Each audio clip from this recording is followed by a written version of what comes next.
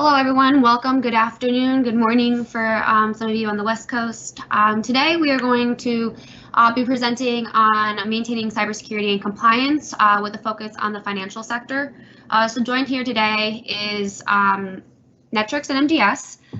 So can you go to the next slide? And a little bit about MDS is we are a women-owned business. We've been in the industry for quite some time now. Our 26th anniversary is coming up next week, actually. And we are located in New York City with branch offices in various locations, Florida, Puerto Rico, Texas, since we do have a presence in Latin America and the Caribbean. We are a Microsoft Gold partner, and we have about 100 certified experts that deal with cloud, security, modern workplace, DevOps, managed services, analytics, and AI. Doug is on the call. Do you want to speak a little bit about Netwrix? Hi, everybody. My name is Doug Lindsay, and been over here at Netwrix for the past 3 years. Now, Netwrix is a very old company. We've been around since 2008, actually, doing audit and security solutions for over 10,000 customers worldwide now. We are headquartered in Irvine, California, where I'm located. And we're going to be talking about some security aspects of using Netwrix Auditor and our data classification tool to help you in the financial sector.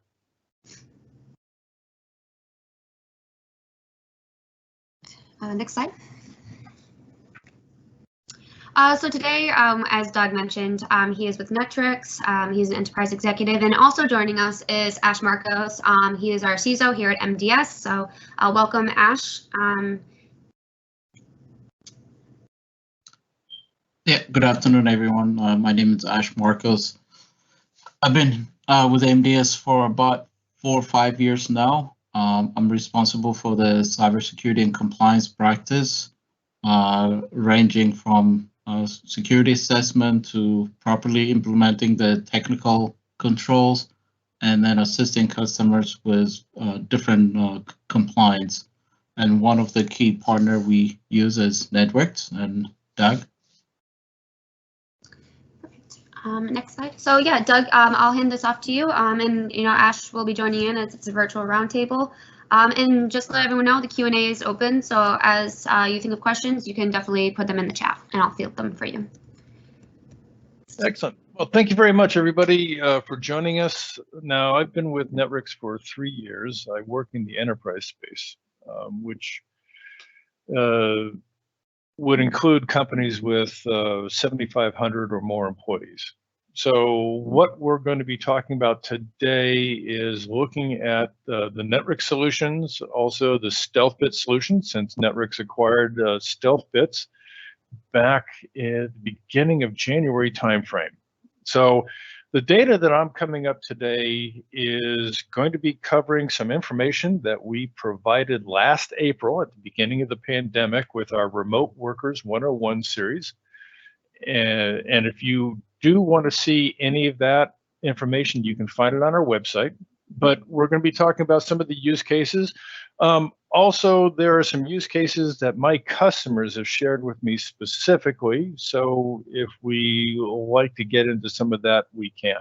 Now, both Netwrix and Auditor, Netwrix Auditor and Stealth Audit, do kind of the same thing, but from different perspectives. In other words, Netwrix Auditor is more of a pure audit tool.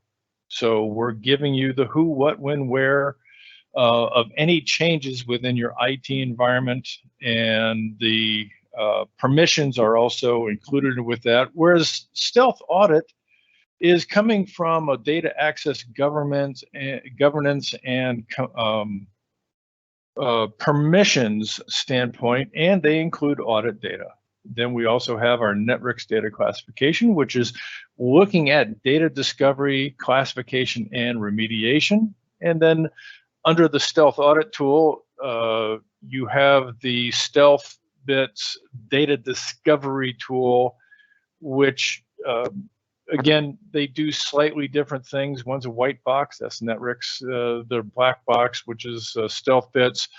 And one is better at allowing you to change what you're looking for, as opposed to the other one is going to scale to the petabytes of information. So real fast, from a Netwrix auditor standpoint, there are 14 different applications that we cover. So within the financial sector, if you're interested in Active Directory or your Windows file servers or your Windows servers or NetApp or VMware, we're going to be able to help you find the information you're looking for. Now, from a security perspective, just as for a broad brush, we're looking at the NIST framework. So the 5 stages of the NIST framework: identify, protect, detect, respond, recover, are listed up here. And you're going to be able to follow this to say, you know, what is sensitive information or what changes are being made. How do I protect sensitive information, or how do I make sure people aren't being added to a domain administrators group that shouldn't be there, and so forth. So when you actually follow along, Netwrix provides what we call a functionality and mapping guide for all of the compliances that you show on the screen here. For instance, everybody that's a public company has to subscribe to SOX.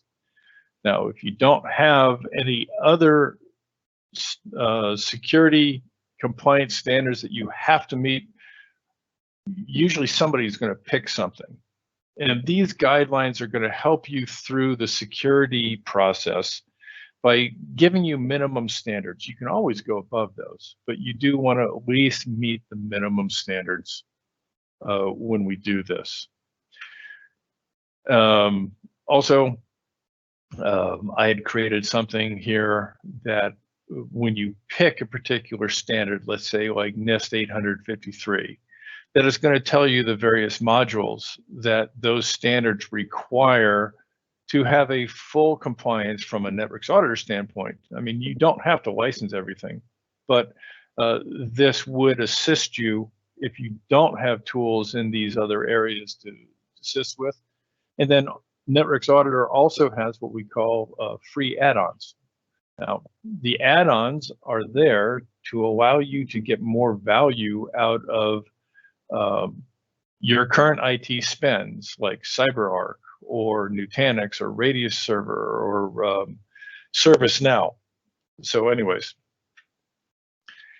so really this information that I'm bringing up now is coming from our Remote Workers 101 series. And again, you can find this on our website. So some of the areas where Netwrix can help is you will always want to keep an eye on your VPN login attempts. Now, that's really important. I mean, if you have somebody logging in from China or some other nation where you don't have workers, you want to know about that. And the Netwrix Auditor for Network Devices is going to assist you in that case. Spotting suspicious downloads from the cloud, where we're looking at SharePoint Online. Netwrix Auditor for SharePoint is going to give you that information, where we're looking to be able to help you or even create alerts for this stuff. We catch privilege elevation in Office 365. Our Netwrix Auditor for Azure AD is giving you that information. Looking at Netwrix Auditor, because we also do give you information from a risk standpoint, as well as looking at anomalies, let's say. So Netwrix Auditor as a platform, security platform, is going to be able to help you identify spikes in user activity. It's very easy to read. Unfortunately, I don't have a screenshot to share with you on that. But it is very easy to read to see what individuals have increased activity. And then with a little further information by drilling down, you can find out if it's normal activity where the person is just having to do a project and is having to do certain things, or if somebody else is using their credentials to do information or look at information that is not supposed to be there. And then also just finding out who is doing what with sensitive data. Because when you look at Netwrix Auditor, along with our data classification tool, we not only can identify the sensitive information by financial data or by personal identifiable information or from a healthcare standpoint. Not only do we identify that information, but Netwrix Auditor, because we're monitoring the file systems, is going to be able to tell you who's accessing that information. That's kind of really important. So let's say I have a whole bunch of security numbers in a particular document, but if no one is seeing that document or checking out to view the document, you have one level of risk. Now, let's take another case where you have a bunch of social security numbers or credit card numbers for that matter in another document in your shares, and you have 100 people per day looking at that document. The risk associated with that is completely different than the first case that I brought up. Now, during the Remote Workers 101 survey, we did ask our users, our customers, and our prospects what was most interesting to them at the beginning of the pandemic last year. And as you can see here, suspicious remote access connections were the most important. Now, maybe that's going to be the same with you out there in the audience today. But you can see from this survey result what your peers are most concerned about. Now, likewise, with the second series, we're looking at some different security aspects that Netwrix Auditor can assist with. So in this one, spot brute force attacks. So Active Directory is going to help you with that because we're looking at logins, failed logins, and so forth. Matter of fact, one of my current customers, one of the largest real estate companies in the nation, told me of all of the money that he has spent on Cisco security tools, Netwrix Auditor was the first tool to tell him that he was under a brute force attack. I mean, I like hearing that. Is that what we're specifically there to do? No, but it's what we do, and that helped him. And then he was able to turn to his other products to look at protecting and negating that attack. I mean, Netwrix is not going to be the silver bullet. There is no one tool that's going to do it all. But in your defense in depth strategy, Netwrix can be a very important tool to give you information that you need to help protect your network, your data, and your customers. When you also want to look at securing your critical servers, I mean, the military has something called a STIG, which is a minimum security requirement for military-grade Windows servers.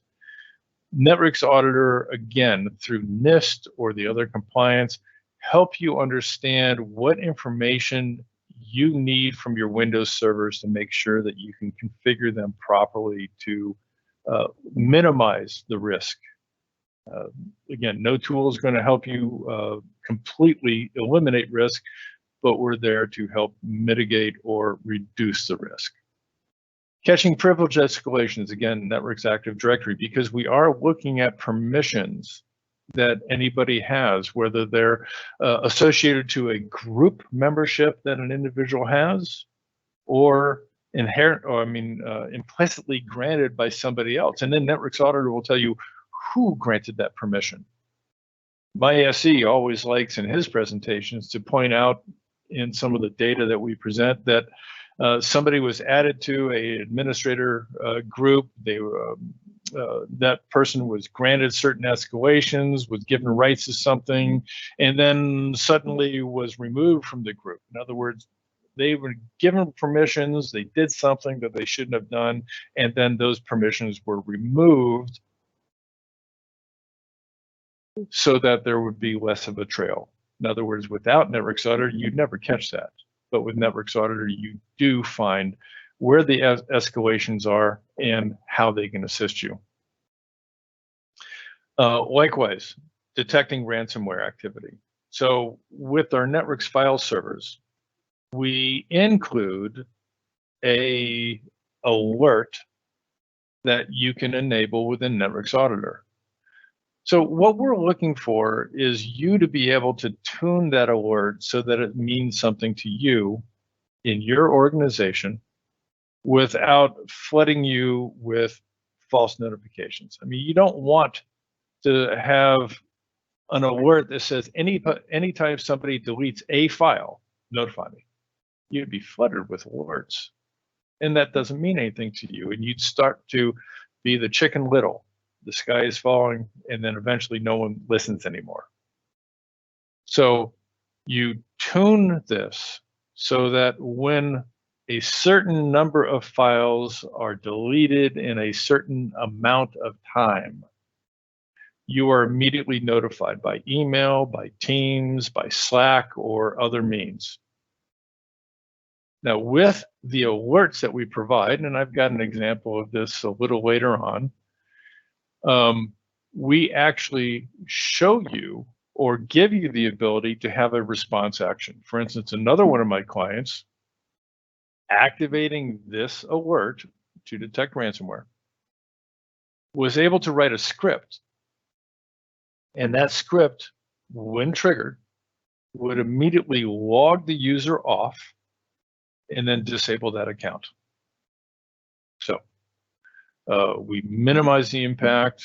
If somebody subscribes to a phishing attack and ransomware starts to flood your network, disable files and encrypt things. And then also we want to, in the last user case here, is look at compromised account activity. So again, Netwrix Auditor, Netwrix Data Classification work in conjunction with this to give you that information at your fingertips and alert you when things are happening. So the last survey from the Remote Workers 101 survey is before you.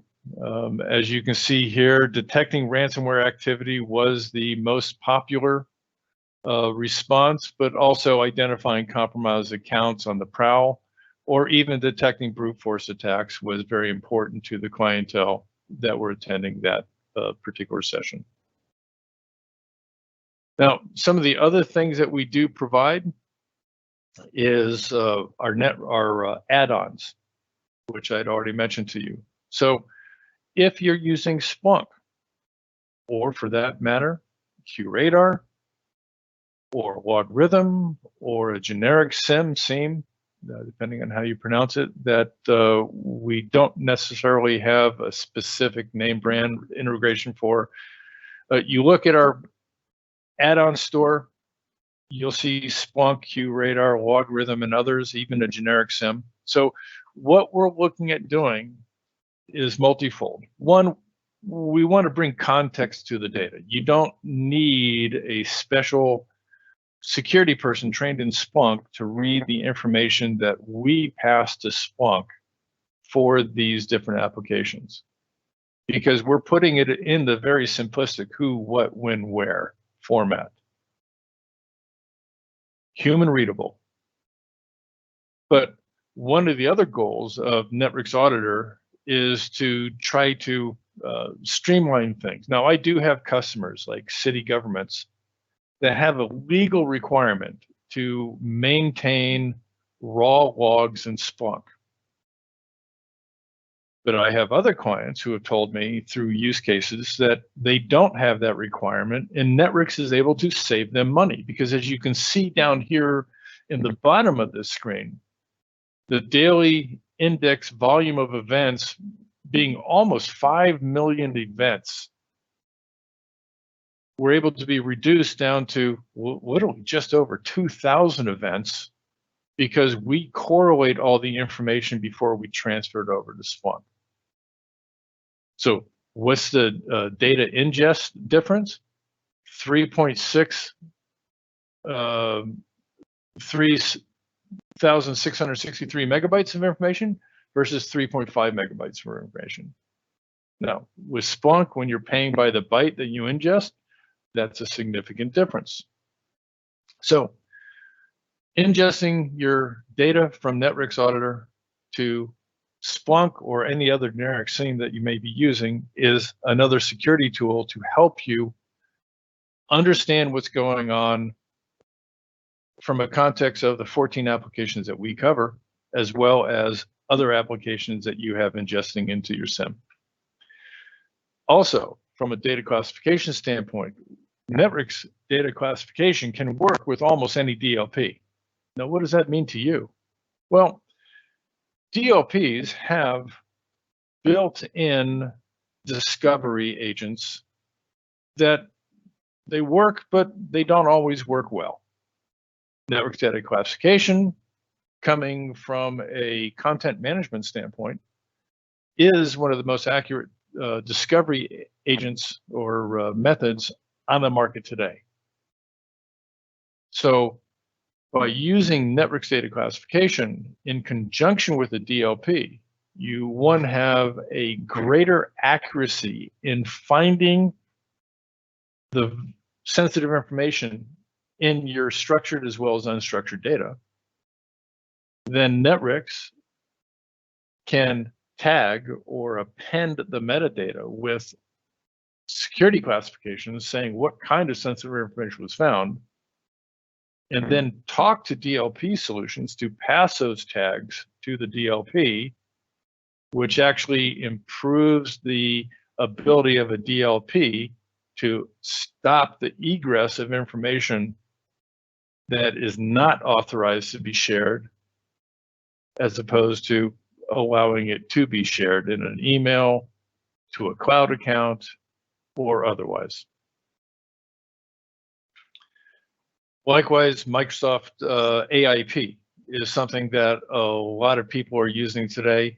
Netwrix data classification does, in fact, work with AIP as well, and can, again, help improve the detection of security information, sensitive information, minimize false positives, and definitely minimize false negatives, because that's the worst thing, where you don't find a social security number, let's say.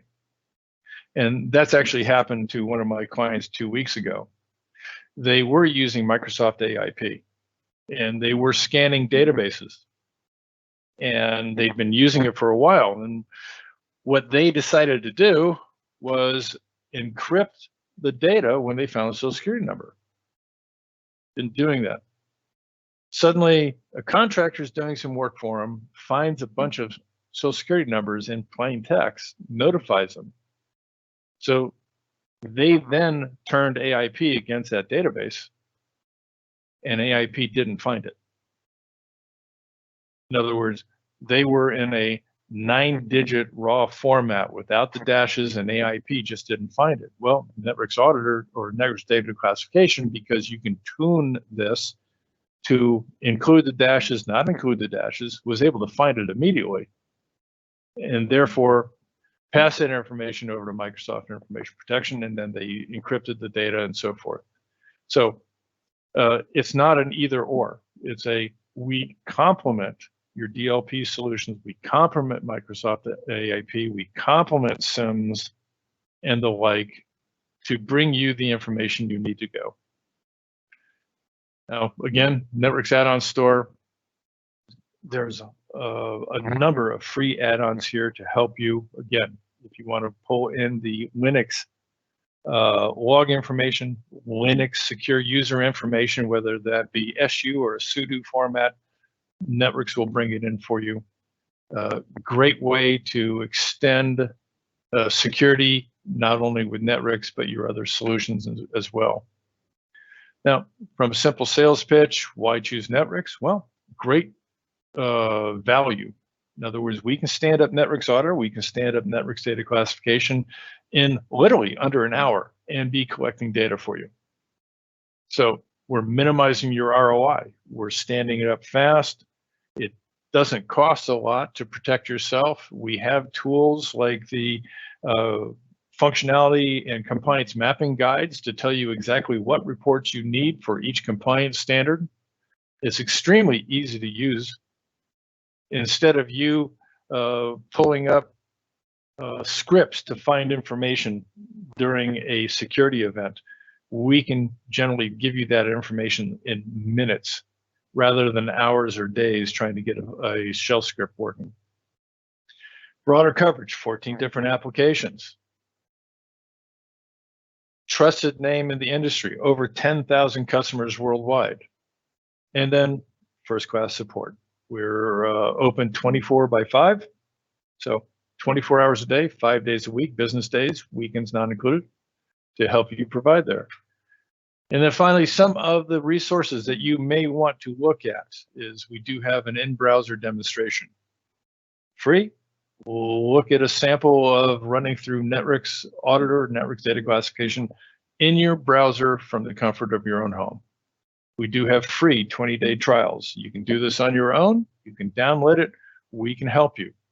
You tell us what to do. A large number of product trainings, and the product trainings go over administrative as well as security functions. We have recorded on-demand webinars, as well as coming up webinars, including this one with our partners like Marine Data Systems, so that you know exactly where certain aspects of security start and where they can help you. We also have how-tos, very simple how-to guides, like how do I find this information in Active Directory? Our how-to guide is going to show you how to do it natively in Active Directory as well as through Netwrix Auditor. And then finally, both the knowledge base and our help centers are open to the public at kb.netwrix.com as well as helpcenter.netwrix.com. Well, I've spoken enough and droned on. If there are any questions, post them in the chat window. Yeah, we do have a few questions that come up. The first one is, what are the major compliance clauses for financial sector, and how does Netwrix cover them?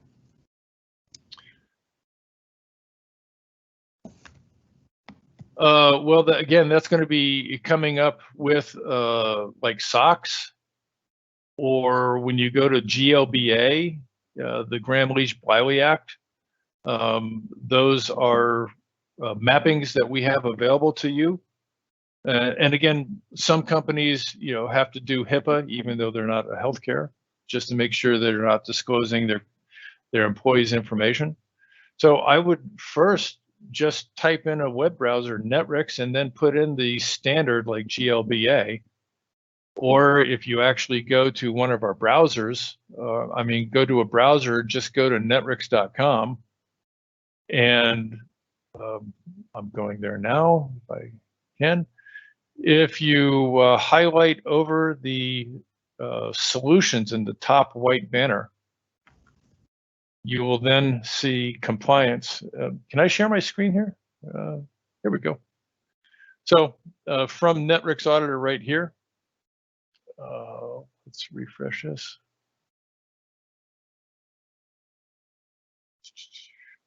So, let's see.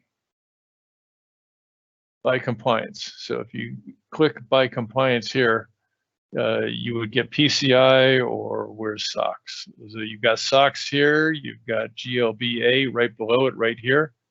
So by clicking on GLBA, then you would be able to download the specific requirements paper and the functionality mapping guide. I hope that answers the question for you. Yeah, and just to add on that, most financial companies, especially if they're based out of New York, there is a New York DFS requirement that I believe we do have the mapping, so we can share that for the NYDFS compliance requirement. Primarily the audit, who access what, that the auditing piece is going to be a critical component. And then in the event that there's an incident, they want to see some kind of investigation tool to map it to the incident. So we've used it in the past, and this is another maybe to localized for New York financial company, but this is another areas where you can use the tool. Absolutely.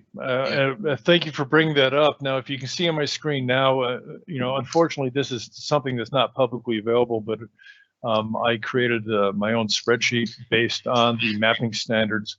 And so you can see here, I've got the NYCRR 500 mapping standards on the page. And these are the applications with Netwrix Auditor where we can assist you, as well as the various free add-ons that we provide to help you in the reporting requirement there as well. And I believe there was another New York regulation, but yeah, that's the New York cyber. Yeah, there we go. New York NYSEL. So that one is on my my spreadsheet as well. So again, these are free. They're on our website. Either go to the website or just type in, let's say Netwrix, and then the NYCR 500 and so forth. And Ash, just to clarify, for the New York DFS, that's not just companies that are located in New York, but also they have customer data located in New York. Is that correct? Correct. So any company that has presence in the New York State, or if they have customer in New York State, would be within the scope. And then it's not only just for financial companies; it also goes all the way to insurance providers or anyone that's processing financial data of New York residents. Thank you. And then there was another question. In your expert opinions, what would you recommend as the best process for organizing business data governance?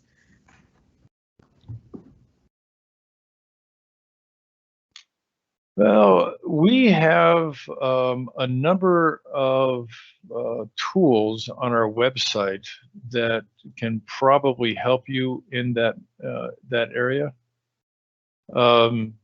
So give me a second while I find one of my spreadsheets. Ash, if you want to go ahead and comment on that while I find my information, please do. Yeah. Data governance, it's our recommendation is to start with a framework, with having a data governance framework, and then initially start with a data discovery, both structure, unstructured, especially with cloud data could be all over. So data discovery is going to be a key component. And then selecting any data governance framework that's suitable for your organization, and then following that framework is going to be the best. And it includes having the appropriate policies, retention, what's appropriate for the sharing data classification. These are all the component of the data governance framework. But also Netwrix has some of the classification. Doug, I think you have it ready.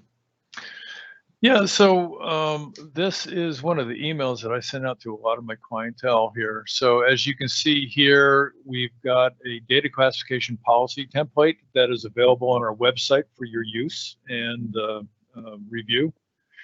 We also have a data security and protection policy template. Again, so we're following various frameworks and then explaining what that is and giving you the information that you need to build the data governance that is going to make you successful in protecting yourselves from breaches and so forth. We also have a risk assessment checklist here. And then we have a records management policy template as well. So these are tools that you can, again, download from our website, or if you ask your Maureen data representative, they can get this information to you as well if you choose, and include them in your journey in data governance and making sure that you're protected.